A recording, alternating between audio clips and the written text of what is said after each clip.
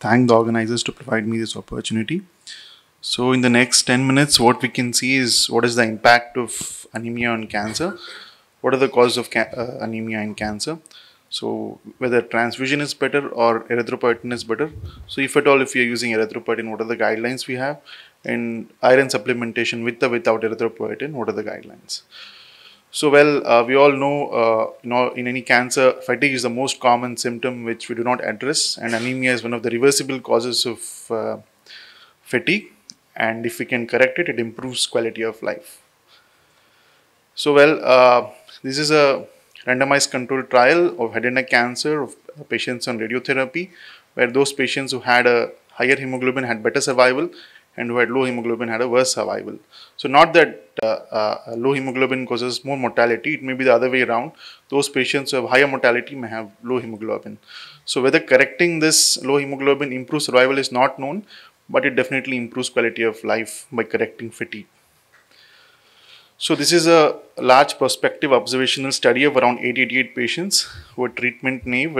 In this particular study, 63 patients were anemic, and the incidence of anemia increased with stage and with worsening performance status. Did positively correlate with the inflammatory markers, hepcidin, ferritin, erythropoietin, and reactive oxygens. So these are all inflammatory markers, and hepcidin is the one that downregulates iron absorption. So it did positively correlate with albumin, leptin, cholesterol, and antioxidant enzymes. And if you look into the causes of anemia, so we all know whether it is more blood loss or whether it is less production. So, and if we grade anemia as per WHO, so it is less than up to 10, 8 to 10, then 6.5 to 8, and less than 6.5.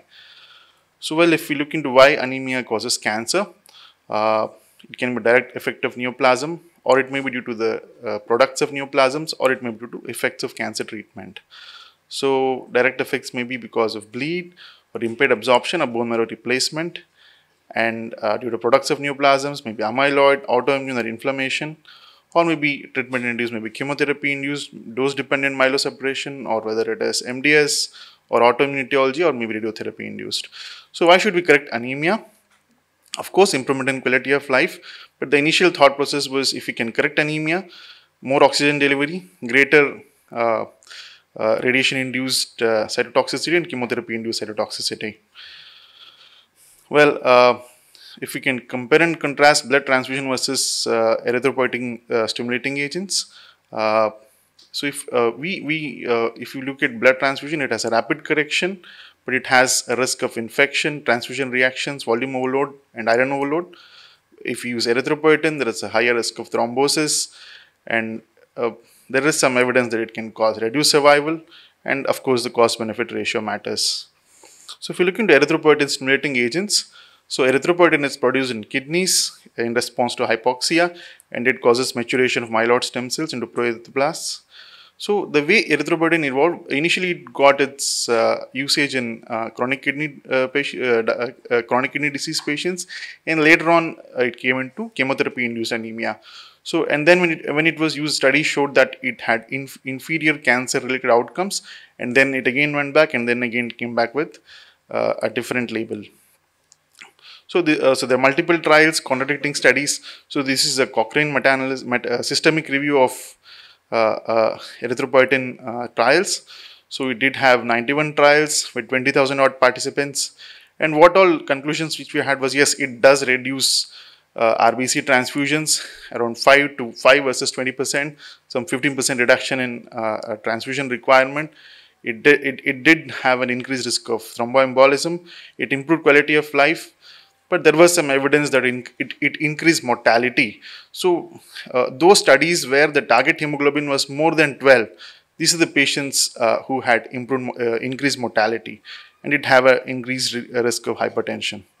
So what were the probable reasons of increased mortality in those patients where erythropoietin was used. The postulations were, yes, it did have higher thromboembolism, endothelial proliferation, but there's an erythropoietin receptor present in the cancer cells, so they are the ones that cause increased tumor progression and metastasis. But there is no clear demonstration of this particular receptor as of now, so there are contradicting papers. The evidence is mainly from the pharma companies, that's why they are not able to show, or so this is still controversial. So, if we use erythropoietin, what are the reasons why there is suboptimal response? So yes, if there is increment of hemoglobin less than 1 gram per deciliter in 8 weeks, we need to discontinue and we need to treat as failure. So of course, when we use erythropoietin, we need to supplement iron. Maybe it is involvement by bone marrow, involvement by cancer, or associated kidney disease, or erythropoietin levels may be more than 500. So in these set of patients, we may have suboptimal response to erythropoietin. So there is the recommendation that we should not use erythropoietin in a curative setting. So there is no such evidence that we should not use in curative setting, but it is a concern that it has increased mortality in selected set of population. That's why all the guidelines recommend it to be used in a non-curative setting. So what are the guidelines for erythropoietin used in cancer? So it should be used only in cancer patients where chemotherapy has been used, not in those patients who are non-chemotherapy. And we can use in MDS if the erythropoietin is less than 500. And in hematological malignancies where the risk of thrombosis is high, transfusion is preferred. All the erythropoietins are equivalent. And when there is higher risk of embolism, we should be using it with caution. And we should target the lowest possible hemoglobin to have a better quality of life.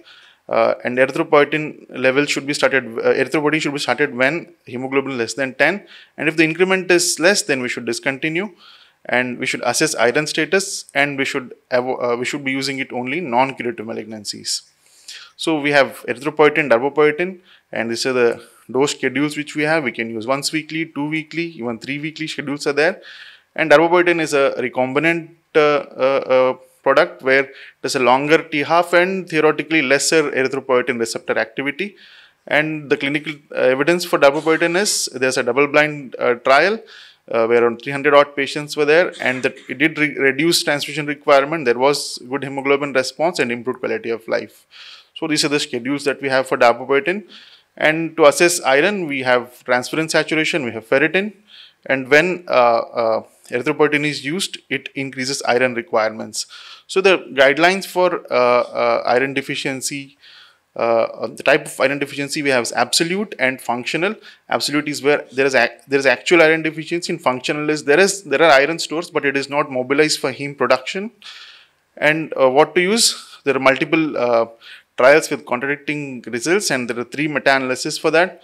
So if we give parenteral iron, when parenteral iron should be used when we are using erythropoietin, and it does improve hemoglobin response and reduce transfusion requirement. These are the conclusion of meta-analysis when compared to oral or no iron.